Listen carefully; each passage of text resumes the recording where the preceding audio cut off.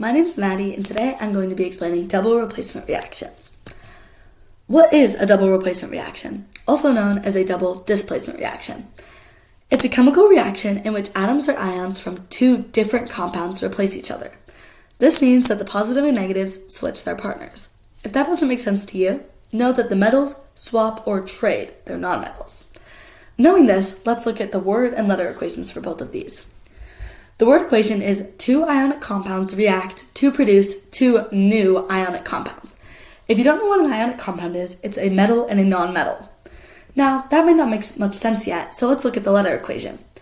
In this equation, A and B are the metals and X and Y are the nonmetals. So AX reacts with BY to produce AY and BX.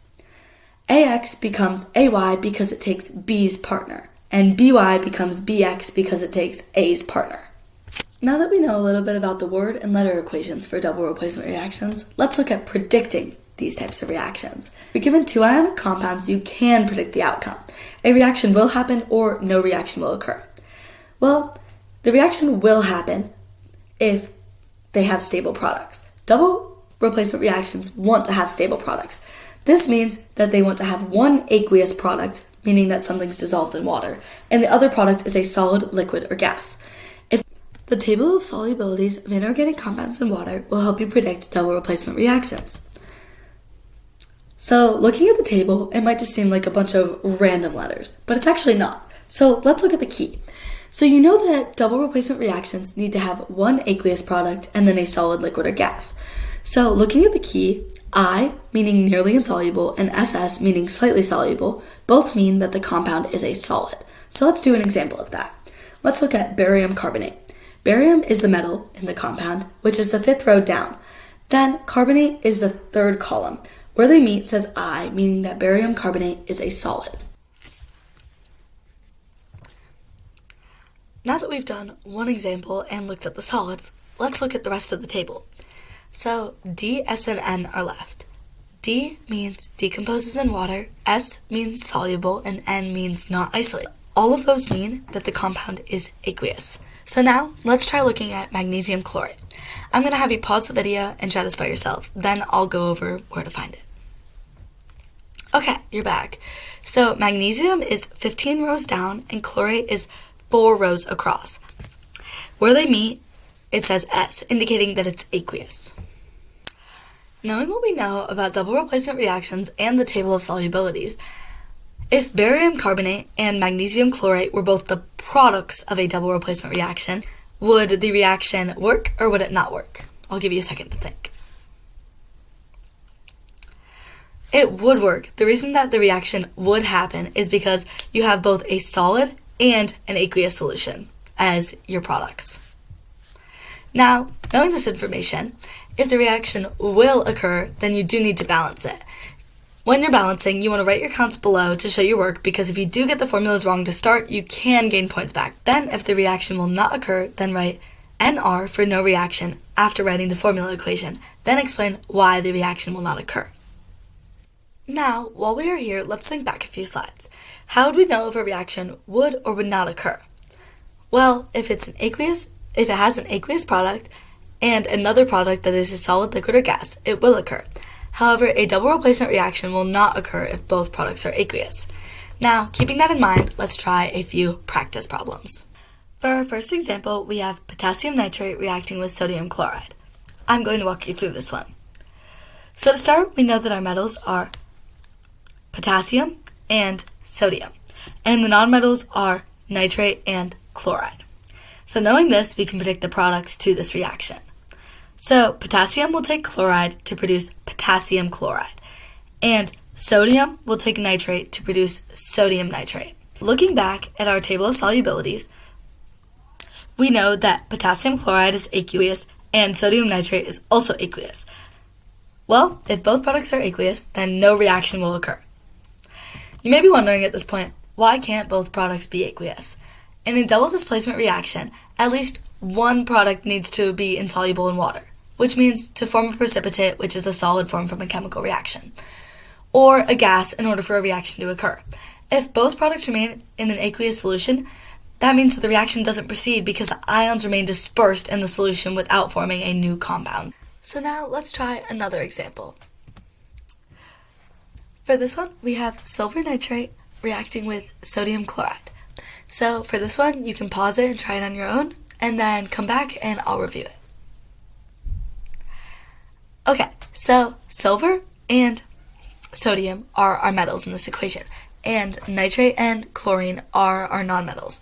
So silver is going to take chlorine from sodium, and sodium is going to take nitrate from silver. And that's going to be the equation you get. And then for this one, we are going to try drawing a box diagram, which I can walk you through it. And also, to figure out, before I do the box diagram, to figure out that silver chloride was a solid, you'd go back to the table of solubilities, and to figure out that sodium nitrate is aqueous, you'd also look at the table of solubilities. So now, once you have your equation, you're going to check that it's balanced. This one is, and now we are able to draw a box diagram. So when drawing a box diagram, the reactants are going to go into 2 of the boxes, and the product is going to go into 1 box. So the aqueous reactants are going to be spread out throughout the boxes. So Ag, which is silver, has a plus charge, and nitrate, which is NO3, has a minus charge. So that is all that goes in the first box. Then you're going to look at sodium chloride, which sodium has a plus charge and chlorine has a minus charge. So these are spread out in the box because they are aqueous. They are like a solution. Then when you look in the product box, you're going to have Na, which has a plus charge, and NO3, which has a minus charge because you have sodium nitrate. Then you have silver chloride, which is a solid which forms at the bottom, and you put this at the bottom of the box because it's like the precipitate forming at the bottom of a beaker in a chemical reaction. Now that we've done a few easy problems, we are going to try a medium level problem. Barium chloride reacts with sodium sulfate. You can try predicting this reaction on your own, and then we will balance it together, or you can just follow me step by step. Okay, so barium and sodium are the metals in this reaction, and chlorine and sulfate are the nonmetals. So they're going to trade, and the unbalanced equation will look something like this. Now I'm going to walk you through how to balance this equation. So first we are going to write out the elements and ions on both sides of the equation, and next you're going to count how many of each element you have. So we have 1 barium, 2 chlorines, 2 sodiums, and 1 sulfate on the reactant side of the equation. Then on the product side of the equation, we have 1 barium, 1 chlorine, 1 sodium, and 1 sulfate. Then, to balance this equation, you are going to need to find a coefficient to place in front of each part of the equation to get the equation to have the same amount of atoms on both sides. Now, if you want to try to balance it by yourself first, you can pause the video here. Other than that, I'll keep going through it. So, balancing this equation is pretty simple. All you would need to do is put a 2 in front of sodium chloride on the product side of the equation, and the equation would balance out. So, if you placed a 2 in front, it would change chlorine from 1 to 2 and sodium from 1 to 2. Then that makes both sides have a 1, 2, 2, 1, and yeah. So this would be the final balanced equation. Now we are going to take our balanced equation and draw a box diagram. So first we are going to draw the unbalanced box diagram. So we're going to ignore the coefficient and just draw the box diagram. So, barium has a 2 plus charge and chlorine has a minus charge. Since there's 2 chlorines, you need to draw 2 chlorines in the first box.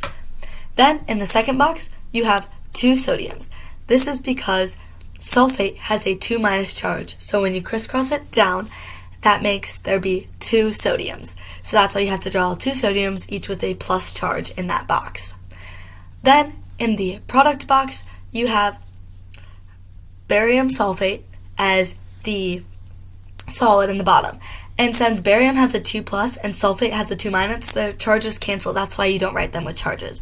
And then you have NaCl, which there's 1 of each to begin with when it's unbalanced. Then, to balance the equation, you need to add 1 more sodium and 1 more chlorine, because then it would be true to its word and have 2 sodium and 2 chlorine like the coefficient we added.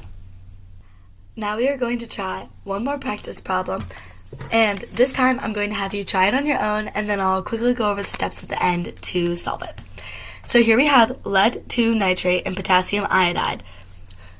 So pause the video and try to predict and balance this one by yourself.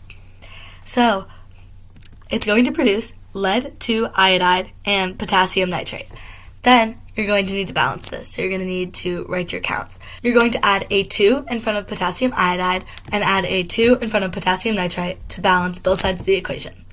Now we are going to draw the box diagram, both unbalanced and balanced. First, I want you to try this by yourself and ignore the coefficients to draw the unbalanced diagram.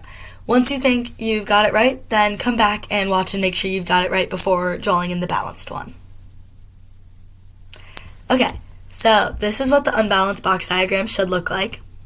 So you need to add 1 potassium and 1 iodine to balance it.